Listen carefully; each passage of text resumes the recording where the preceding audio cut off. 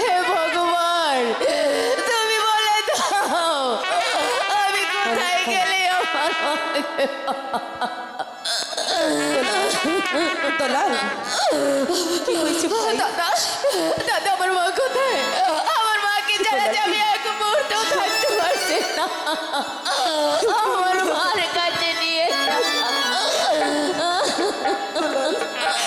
এমন করে ভেঙে পড়লে চলবে না রে ভাই। তুই যদি এমন করে কাঁদিস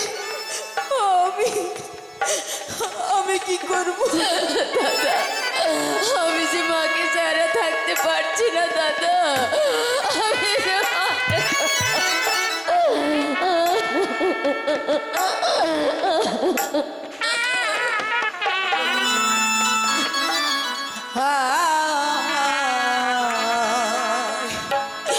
কাঁদিস না রে ভাই রে, কাঁদিস না রে।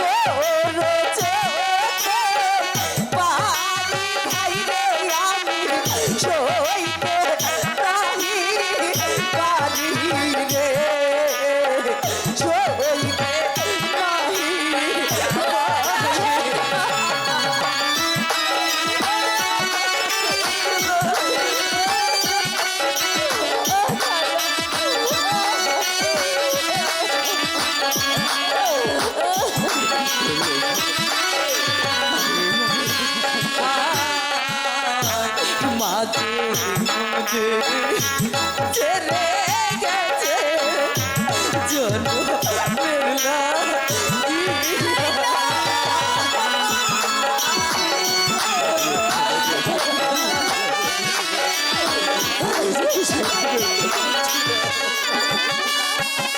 হাই গো কোথায় গেলে বাবা বল ভাই রে মায়ে ওই না মুখ রে মায়ে ওই না মুখ।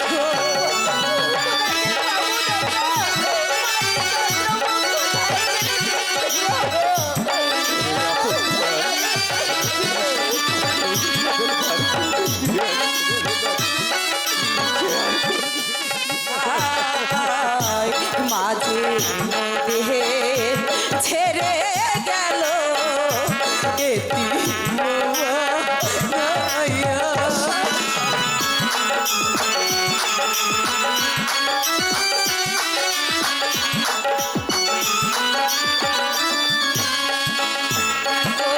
মায়ের ডাকো বধূ ডাকে ভাই ডাকবো কোথায় যাইয়া রে, ডাকবো কোথায় যাইয়া।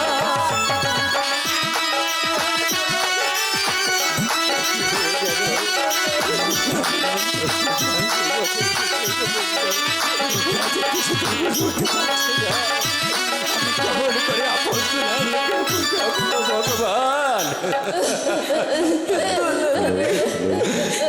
ওরে আপন দুলাল, তোদেরকে আমি সারা রাজপ্রাসাদ ঘুরে দেখলাম, তোরাও তাও নেই। কোথায় গিয়েছিলি বাপি?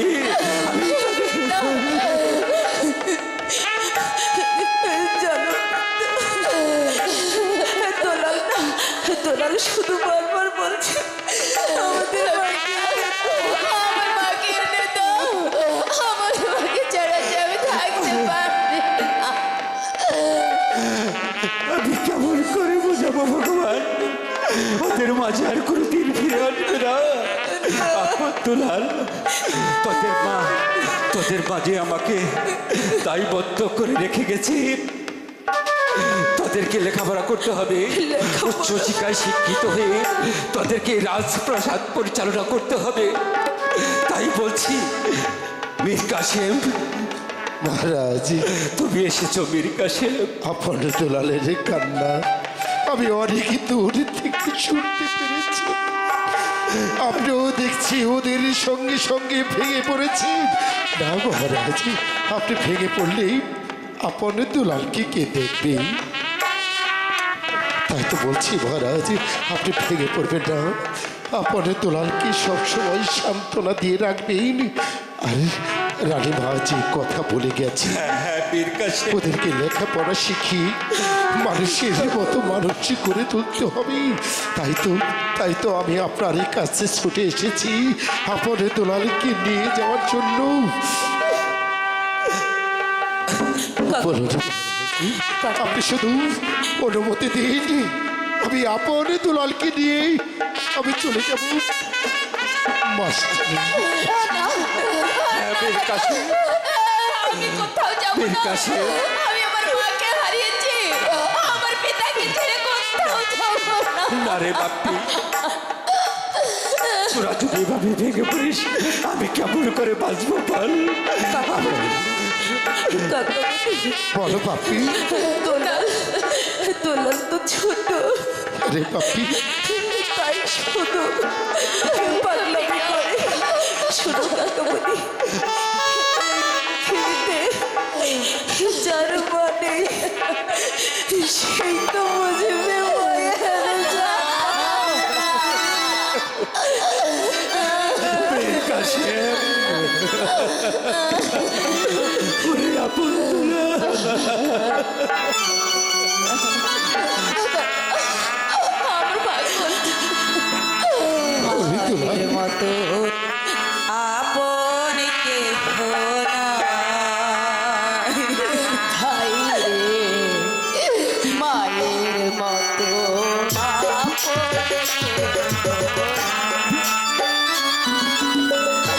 মা জননী নাই রে তাহার, ত্রিভুবনে তাহার কেহ নাই ভাই রে।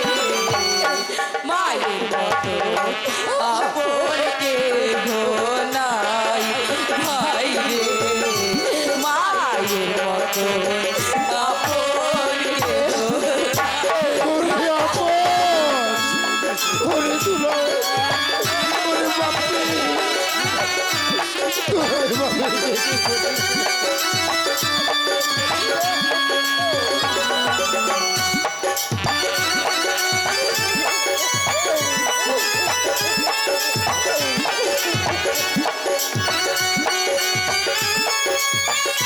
আমি তো আছি বাপি, তোর বাপি।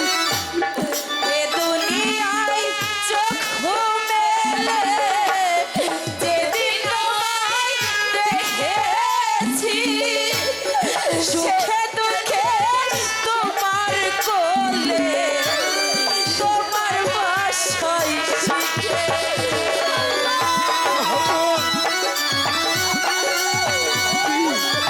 বাপি রে, আমি হয়তো মহারানীকে তোদের কাছে এই নিয়ে যেতে পারবো। দুনিয়ায় নয়নে মেলে যেদিন তোমায় দেখেছি, তোমার কোলে হেসে খেলে, তোমার বাসায় শিখেছি। তাই তো বলি মায়ের মতো তোর কেউ নাই ভাই রে। মায়ের মতো আপন কেহ নাই ভাই রে। মায়ের মতো আপন কেহ নাই। মা জননী নাই রে তাহার, ত্রিভুবনে তাহার কেহ নাই ভাই রে। ওরে পাগল, আপন কেহ নাই ভাই রে। মায়ের মতো আপন কেহ নাই। আপন, ওরে দুলাল, তোরা এমনি ভাবে ভেঙে পড়িস না বাপি। তোরা যদি এমনি ভাবে ভেঙে পড়িস তাহলে মহারাজ যে ভেঙে পড়বি। তাই তো বলছি বাপি, তোরা তোরা কান্না করিস। মহারাজ নেই তাতে কি হয়েছি, তোদের এই কাকা তো আছি। হ্যাঁ মীর কাসেম, আমি রানী রাজলক্ষ্মীর মাথায় হাত দিয়ে শপথ করেছি ওদের আপন দুলালকে উচ্চ শিক্ষায় শিক্ষিত করে ওদেরকে মানুষের মতো মানুষ করে গড়ে তুলতে হবে, তারপরেই রাজপ্রাসাদ পরিচালনা করতে হবে। আমি তাই বলছি মীর কাসেম, আমি তো বহুদিন আগে রানী রাজলক্ষ্মীর কথা স্কুল তৈরি করে দিয়েছিলাম, সেখানে আছে বঙ্কিম চ্যাটার্জি, সেই মাস্টারের কাছে নিয়ে যাবে আমার স্ত্রীর আপন দুলালকে। হ্যাঁ মহারাজ, আপনি কোনো চিন্তা করবেন না। বঙ্কিম চৌধুরী হচ্ছেই আমার ছোট্টবেলার খেলার সাথী, সে হচ্ছে আমার বন্ধু। তাই তো আপনার দুলালেকে নিয়ে যাব আমি মাস্টারের কাছে লেখাপড়া শেখাতে, ওদেরকে যে মানুষের মতো মানুষ হতে হবে। আমি যে রানীমার কাছে শপথ করেছি আপনার দুলালেকে লেখাপড়া শিখিয়ে সুশিক্ষায় শিক্ষিত করে তুলব। আয় বাবা, তোরাই তোরাই আমার সঙ্গে চলে আয় বাপি। রানীমার দেওয়া কথা আমাকে পালন করতে দে। ওরে আপন দুলাল, কাকামণি, আমরা তো মাকে হারিয়ে ফেলেছি, কিন্তু মায়ের আদর তো আর পাবো না।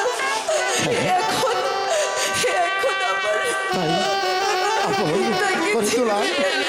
মহারাজের কাছ থেকে তোমাকে ছেড়ে তোরা যাবো না।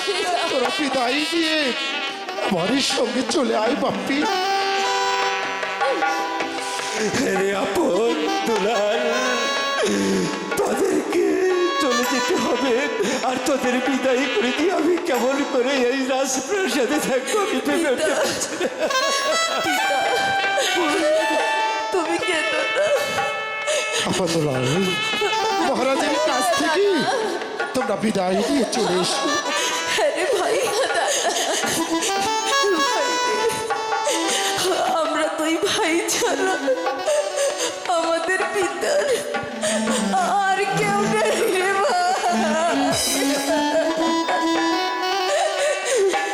তাই চল ভাই, বিদায় নিয়ে আমরা কাকামণির সাথে চলে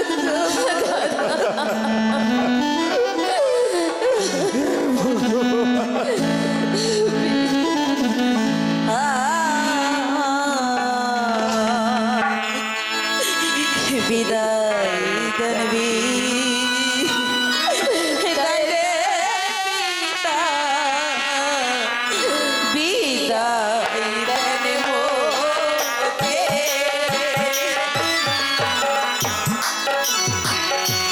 কেমন করে তোদের বিদায় দিয়ে গেলে মহারাজ, আপনি ধন্যবাদ না মহারাজ, তাহলে আপত্তিলাল জি কিছুতেই যেতে হাই গো লেখাপড়া শিখতে যাবো পিতা, গুরু চির কাছে গো পিতা, গুরু চির কাছে।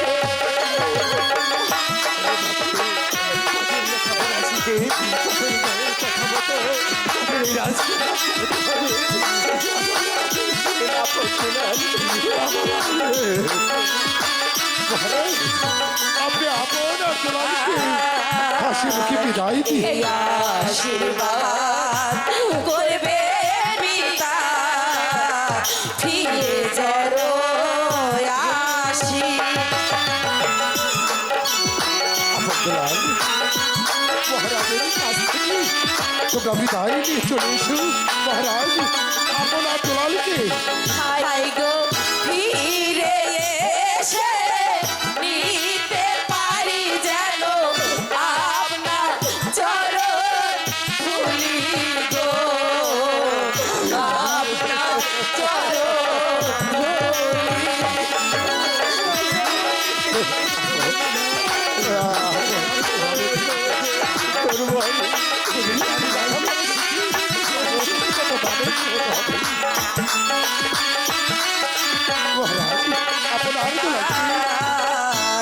বিদায় দাও বিদায় দাও পিতা বিদায় দাও মোরে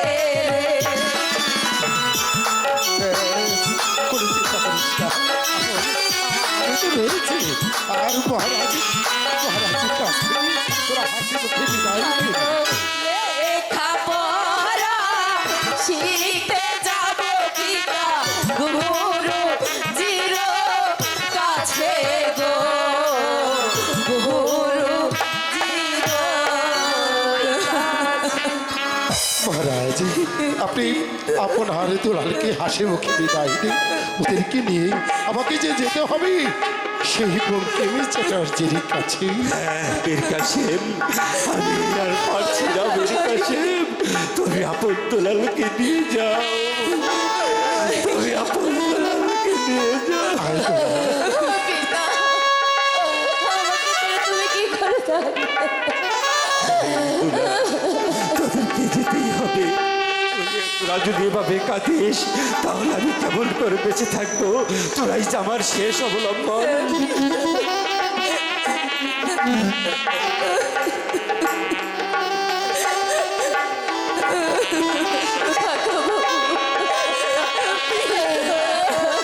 দুলাল, তোরা যদি এভাবে কান্না করিস তাহলে মহারাজ যে ভেঙে পড়বি। তোদেরকে বিদায় দিই, মহারাজ ঠিক থাকতে পারবে না। আমার তাই বলছি, তোরা হাসি মুখে আমার সাথে চল। মহারাজ ওদেরকে হাসি মুখে বিদায় দিই। আপনি কান্না করবেন না মহারাজ, ওদেরকে নিয়ে আমি যাচ্ছি।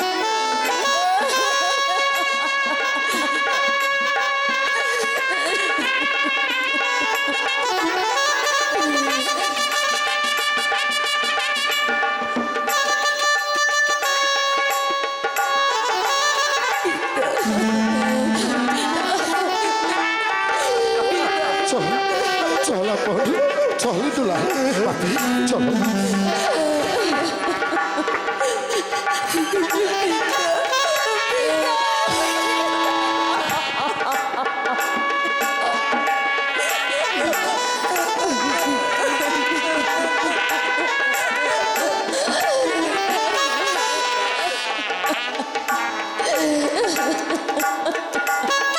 চল আপন, চল।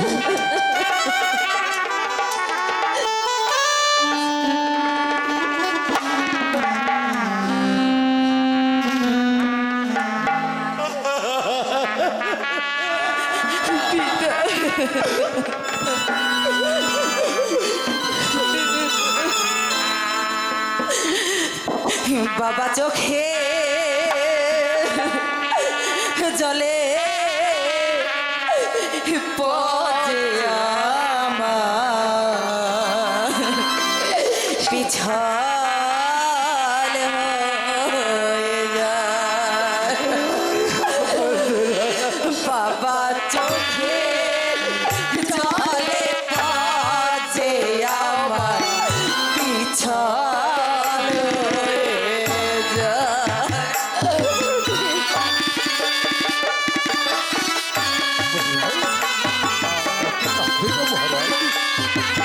আপনি কাঁদলে ওদের তো যাওয়া হবে না মহারাজ।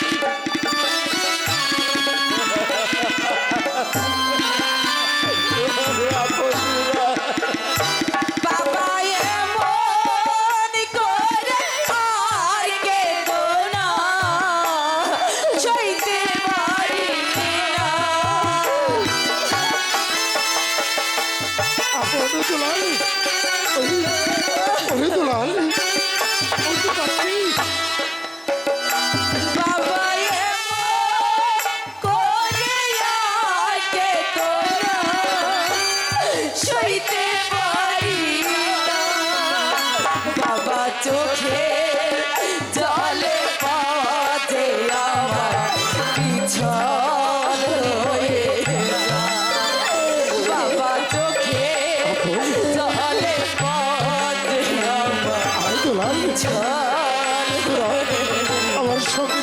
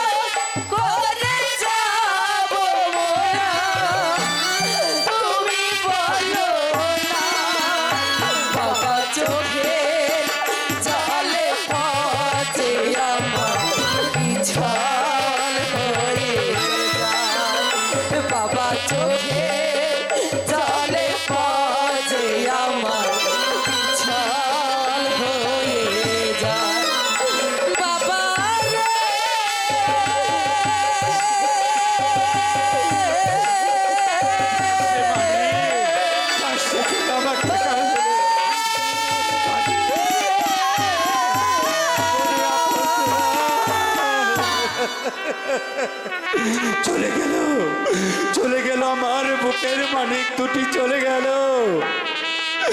এখন আমি কি করব এই শূন্য রাজপ্রাসাদে বসে থেকে? তবু তো হ্যাঁ, না না, রানী রাজলক্ষ্মীর মাথায় হাত দিয়ে আমি শপথ করেছি আপন দুলালকে উচ্চশিক্ষায় শিক্ষিত করে গড়ে তুলতে হবে। তাই আমাকে শক্ত হতে হবে, ওদেরকে এই রাজপ্রাসাদ পরিচালনা করতে হবে। আমি চাই আমার আপন দুলাল অনেক বড় হোক, অনেক বড় হোক।